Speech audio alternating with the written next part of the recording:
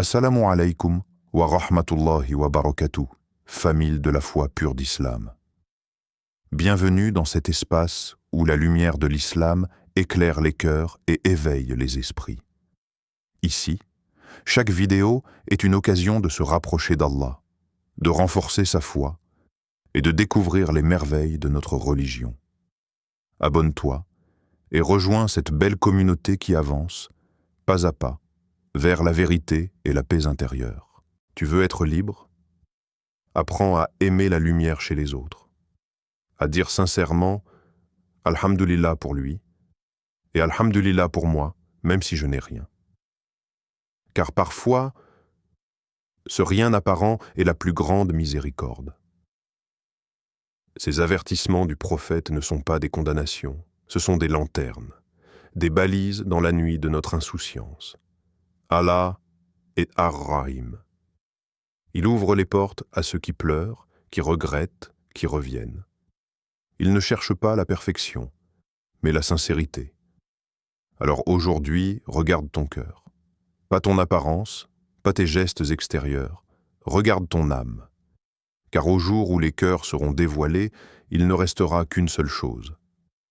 Le jour où ni les biens, ni les enfants ne seront d'aucune utilité, sauf celui qui vient à Allah avec un cœur pur. Sourate Ash-Shu'ara 26, 88 à 89. Tu es encore vivant, tu respires, ce n'est pas trop tard.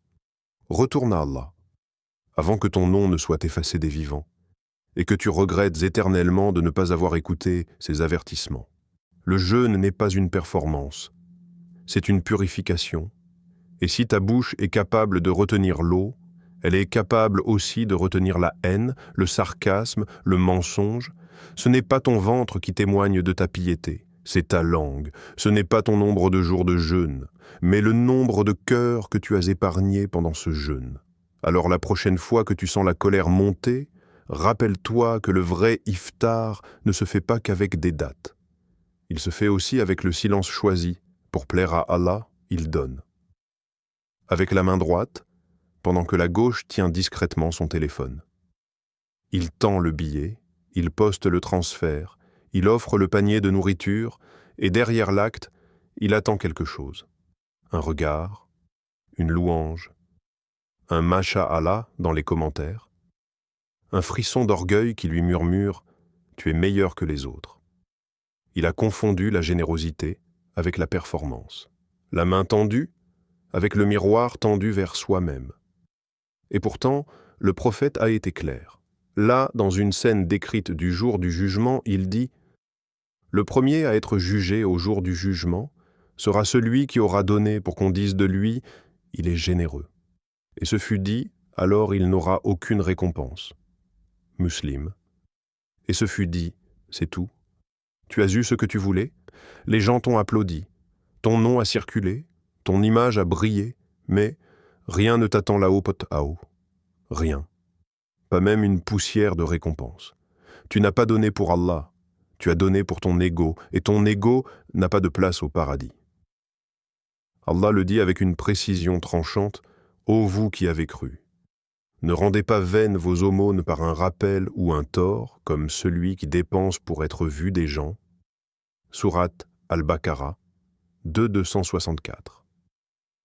C'est un verset qui ne décrit pas un hypocrite, mais un croyant, quelqu'un comme toi, comme moi, celui qui glisse parfois sans s'en rendre compte, dans l'arrogance déguisée en bonté.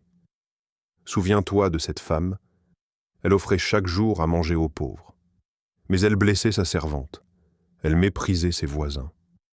Le prophète a dit qu'elle serait du feu, pas à cause de ce qu'elle n'a pas donné, mais à cause de ce que son cœur réclamait en retour. Et toi, quand tu donnes, attends-tu la récompense du ciel ou celle des gens? As-tu déjà offert quelque chose, juste pour voir ton nom dans une story? Juste pour qu'on t'appelle frère au grand cœur ou sœur exemplaire? Parfois, l'arrogance ne crie pas, elle chuchote, elle ne se pavane pas, elle s'infiltre, elle t'habille en pieux pendant qu'elle te vide de sincérité. La générosité pure, c'est celle que tu oublies toi-même, celle qui se fait dans le secret, celle que tu caches au monde entier et que tu déposes dans la main du Seigneur, comme on dépose une larme dans la mer. Tu connais, tu sais, tu récites, tu corriges, tu expliques, tu as les mots, tu as les références, tu as l'aisance, mais pas l'essence. Tu ressembles à une lampe suspendue dans le vent, belle, brillante, mais éteinte. Tu sais ce qu'Allah aime, mais tu fais ce qu'il déteste. Tu sais ce qu'il interdit, mais tu fermes les yeux. Tu parles du paradis, mais tu marches vers le feu avec les pieds d'un savant et les pas d'un égaré. Et toi, qui es-tu quand il n'y a plus de public? Quand le micro est coupé? Quand les élèves sont partis? Quand le masque tombe et que tu te retrouves seul, face à ton propre miroir? Le prophète a dit « Le plus durement châtié au jour du jugement sera l'homme qui enseignait le bien, mais ne l'appliquait pas. » Boukhari. Ce n'est pas un voleur, ce n'est pas un meurtrier, c'est celui qui parlait du bien sans le vivre. Il parlait de patience, mais criait sur sa femme. Il parlait d'humilité, mais méprisait ceux qui en savaient au moins. Il parlait du cœur pur, mais le sien saignait d'orgueil. Pourquoi dites-vous ce que vous ne faites pas? Le Coran ne te questionne pas ici, il te frappe doucement. C'est une énorme abomination auprès d'Allah que de dire ce que vous ne faites pas. Sourate As-Saf, 60 et 1-2 à 3. C'est l'un des mots les plus lourds du livre. Abomination. Pas erreur, pas faiblesse, mais abomination. Parce que tu as pris la lumière et tu l'as enfermée. Tu l'as volée à ceux qui avaient besoin d'elle. Tu l'as réduite à une vitrine intellectuelle. Tu as transformé la guidance en décoration. La science sans pratique, c'est un puits sans eau, un livre sans âme, un arbre sans fruit, un minaret sans appel à la prière. Et toi, quand tu parles, est-ce ton cœur qui parle ou ta mémoire? Quand tu corriges les autres, est-ce la miséricorde ou la fierté qui te guide? Quand tu rappelles les versets, est-ce pour qu'ils s'appliquent à toi ou juste aux autres? Car il y aura un jour où les versets que tu as enseignés témoigneront contre toi, où les hadiths que tu as cités seront comme des poignards entre tes côtes, où chaque rappel que tu as don te rappellera ce que tu n'as jamais été. Alors, je te demande, et tu dois te répondre seul, sans excuse, sans défense. Es-tu une lumière qui éclaire ou une illusion brillante dans l'obscurité? Il entre dans la mosquée, propre, parfumé. Il salue fort, serre les mains avec chaleur. Il est toujours là, aux premières lignes. On le connaît, on le respecte. On dit de lui, c'est un frère engagé. Mais à la maison, c'est une autre version. Il parle fort, il rabaisse. Il coupe les mots des autres. Il méprise en silence et frappe parfois avec les yeux, parfois avec les poings, parfois avec un mot bien placé, un de ceux qu'on n'oublie pas. Il prie, mais fait pleurer sa femme. Il jeûne, mais humilie son petit frère. Il donne à la mosquée, mais refuse le pardon à ses parents. Et les murs savent tout ce que la mosquée ignore. Le prophète nous a tous réveillés avec cette scène terrible du jour du jugement. Savez-vous qui est le vrai ruiné? Ils dirent, celui qui n'a ni dirham ni bien. Il répondit, non, le vrai ruiné est celui qui viendra avec des prières, du jeûne et des aumônes, mais aura insulté un tel, calomnié un tel, frappé un tel. Alors on prendra de ses bonnes actions jusqu'à ce qu'il n'en ait plus. Muslim. Ce n'est pas qu'il n'a pas prié, ce n'est pas qu'il n'a pas jeûné. Il a fait tout cela, mais il a blessé en chemin. Il a oublié que les cœurs sont sacrés, que chaque être humain est une amana confiée par Dieu. On l'a vu aussi dans le Coran. Les serviteurs du tout miséricordieux sont ceux qui marchent humblement sur la terre, et quand les ignorants s'adressent à eux, ils disent « paix ». Sourate Al-Furqan, 25-63. Il ne s'agit pas de réagir aux offenses. Il s'agit d'être incapable d'être cruel, même quand on pourrait l'être. Mais lui, il écrase par l'ego, parce qu'il se croit protégé par son apparence religieuse. Il pense que sa barbe est un bouclier, que son gilbab est un sauf-conduit, que ses invocations couvriront les cris qu'il a laissés derrière lui. Mais il oublie. Le jour du jugement, les comptes seront inversés. Celui qui l'a blessé viendra réclamer. Pas de vengeance, juste justice. Et ce jour-là, il ne lui restera que ses bonnes actions à distribuer. Et quand elles seront finies, les péchés des autres tomberont sur lui comme des pierres. Alors toi qui m'écoutes, regarde autour de toi, pas la mosquée. Regarde ta maison. Regarde ton cercle proche. Quelles traces laisses-tu dans le cœur de ceux qui vivent avec toi? Es-tu un soulagement ou une tension? Es-tu une bénédiction ou une épreuve pour les autres? La foi ne se prouve pas sur un tapis. Elle se prouve dans la façon dont tu traites les gens quand personne ne regarde. Il dit « Alhamdulillah » avec ses lèvres. Mais son cœur, lui, dit autre chose. Il sourit quand son frère annonce une bonne nouvelle, mais à l'intérieur, quelque chose se crispe. Un petit picotement, un courant glacé, et un murmure noir qui dit « Pourquoi pas moi ?» Ce n'est pas un cri, ce n'est pas une haine assumée, c'est une jalousie cachée sous les tapis de la piété, bien enveloppée, bien maquillée. Il ne dira jamais « Je veux sa chute », mais il la désire en silence.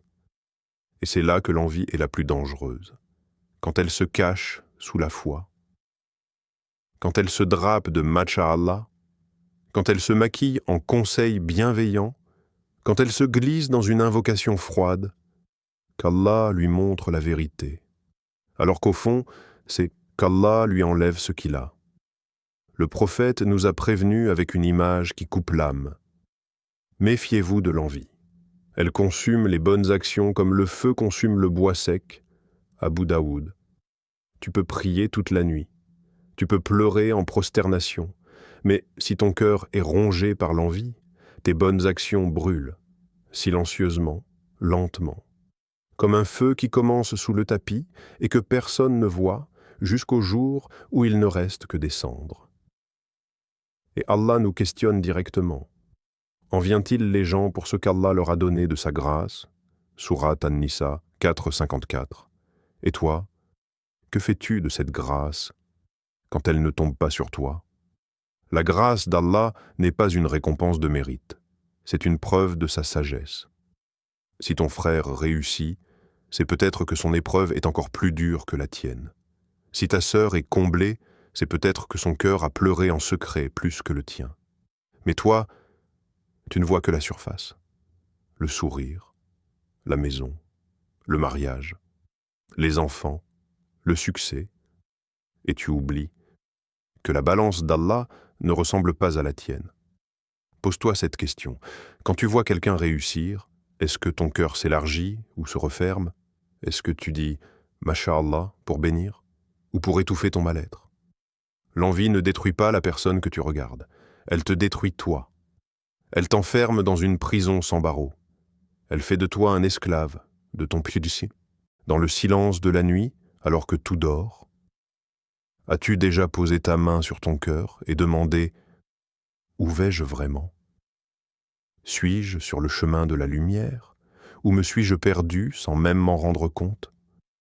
Le prophète Muhammad n'était pas seulement un messager, il était aussi un guide, un éclaireur, un miroir qui reflétait nos âmes.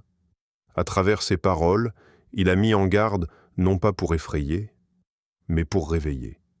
Dans cette vidéo, nous allons explorer 10 types de musulmans dont les comportements, selon les enseignements prophétiques, pourraient les éloigner du paradis. Non pas pour juger, mais pour réfléchir. Non pas pour condamner, mais pour revenir à Allah, Ar-Rahman, Ar-Rahim, le tout miséricordieux. Il se tient là, silencieux, les bras croisés sur sa poitrine, les yeux baissés, les lèvres en mouvement. Mais où est son cœur? Il récite Al-Fatiha par habitude, pas par besoin. Il s'incline mécaniquement, se prosterne sans sentir la terre froide sous son front. Son esprit est ailleurs, dans les souvenirs de la veille, dans les notifications en attente, dans les douleurs qu'il n'a jamais déposées entre les mains d'Allah. Il prie, oui, mais il ne rencontre pas Dieu. Il se contente d'imiter une prière qu'il a oublié de vivre. Et pourtant, la prière n'a jamais été un rituel vide. C'est un appel, un écho sacré entre la créature et le Créateur. C'est l'instant où la poussière ose parler à celui qui l'a façonnée. C'est le moment où tout s'efface, sauf Allah. Mais parfois, ce moment devient le plus grand mensonge de notre journée. On dit « Allahu Akbar » avec la langue, alors que dans le cœur, autre chose est plus grand que Dieu. Notre travail, notre réputation, nos conflits, nos dettes, notre téléphone. Le prophète a dit « Il y a des gens qui prient, mais à qui il n'est inscrit qu'un 10e, un 9e, voire rien du tout de leur prière. » Il ne parlait pas de ceux qui abandonnent la prière, non. Il parlait de ceux qui prient, mais qui sont absents. Qu'est-ce qui est plus douloureux, ne pas prier ou faire semblant? Allah n'a jamais voulu qu'on se tienne devant lui comme des statues pieuses, mais comme des âmes brisées en quête d'espoir. Le verset est clair, tranchant comme l'éclair dans une nuit noire. Malheur donc à ceux qui prient, tout en négligeant leur prière. Sourate Al-Ma'oun, 107, 4-5. Négliger la prière, ce n'est pas toujours la manquer. Parfois, c'est la vivre sans y être présent. C'est être à genoux devant Dieu, mais debout dans son orgueil, ses soucis, son monde. Et toi, frère? Et toi, sœur? Quand tu dis « Ihdinas sirat al-mustaqim » guide-nous sur le droit chemin, est-ce une supplication sincère ou juste une phrase dans un flot que tu veux finir vite? Rappelle-toi, tu ne te tiens pas devant une salle vide. Tu es devant celui qui connaît chaque battement de ton cœur. Et ce cœur, justement, où est-il au moment où tu dis « Allahu Akbar » ? Le véritable voyage ne commence pas avec les pieds, mais avec un cœur prosterné avant même que le front ne touche le sol. Il garde sa bouche fermée pour l'eau, mais l'ouvre pour le venin. Il refuse un verre d'eau sous 40 degrés, mais distribue gratuitement le feu de la médisance. Il compte les heures avant l'iftar, mais oublie de compter les mots qu'il a jetés sur les autres. Il croit jeûner avec son ventre, mais il a oublié que la langue, elle aussi, doit jeûner, les yeux aussi, le cœur surtout. Le prophète l'a dit sans détour, celui qui ne délaisse pas le mensonge et les mauvaises actions, Allah n'a pas besoin qu'il s'abstienne de manger et de boire. Bukhari. Oui, Allah n'a pas besoin de ta faim. Il n'a pas besoin de tes lèvres sèches, de ton estomac creux, de ton café abandonné à l'aube. Il veut ton cœur pur, ta langue propre, ton âme domptée. Mais toi, tu jeûnes et tu mens. Tu jeûnes et tu insultes. Tu jeûnes et tu envoies ce message, ce commentaire, ce poison. Et le Coran t'avait pourtant averti et dit à mes serviteurs de dire ce qu'il y a de meilleur. Le diable sème la discorde entre eux. Sourate Al-Isra, 17-53. Ce n'est pas une simple recommandation, c'est un ordre divin. Dis ce qu'il y a de meilleur. Pas ce qui est drôle, pas ce qui est viral, pas ce qui fait mal, car chaque mot est une graine, et ce que tu sèmes, tu le récolteras.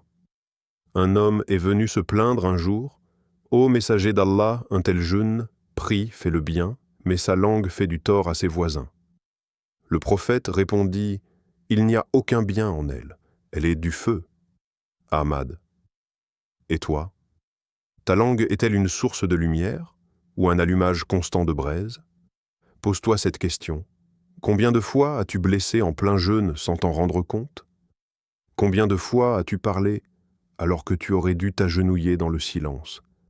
Combien de fois as-tu détruit un lien, une confiance, une âme, avec des mots qui ne pesaient rien dans ta bouche, mais qui pèsent tout